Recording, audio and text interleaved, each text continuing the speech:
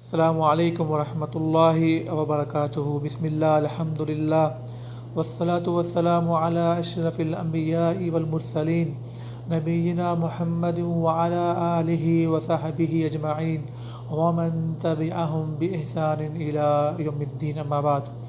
باب ما جاء ان بعض هذه الامہ یعبد الاوثان۔ آج کا ہمارا عنوان یہ ہے کہ اس امت کے بعض لوگ بتوں کی عبادت کریں گے۔ مقصد یہ ہے کہ اس امت میں بھی شرک ہوگا، اس امت محمدیہ کے لوگ بھی شرک کریں گے۔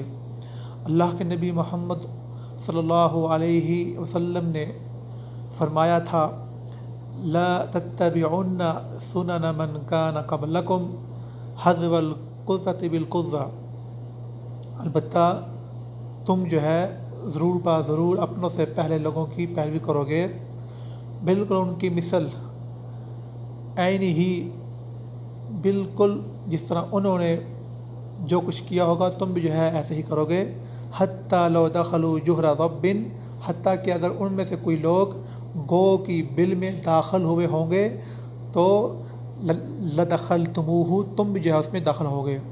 قالوا، تو صحابہ نے پوچھا، اے اللہ کے رسول، کیا آپ کی بات سے مراد یہودی اور عیسائی ہیں؟ تو اللہ کے رسول صلی اللہ علیہ وسلم نے جواب دیا، اور کون ہیں؟ مطلب یہودی اور عیسائی۔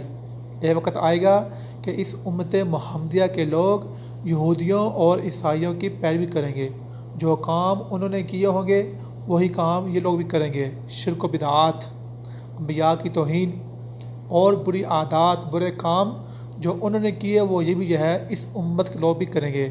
ہمیں چاہیے کہ ہم ایسے کاموں سے باز رہیں جن کاموں سے اللہ کے رسول نے منع کیا ہے، اور جو کام ہم سے پہلے لوگوں نے کیے ہیں، اور وہ ہے یہودی اور عیسائی۔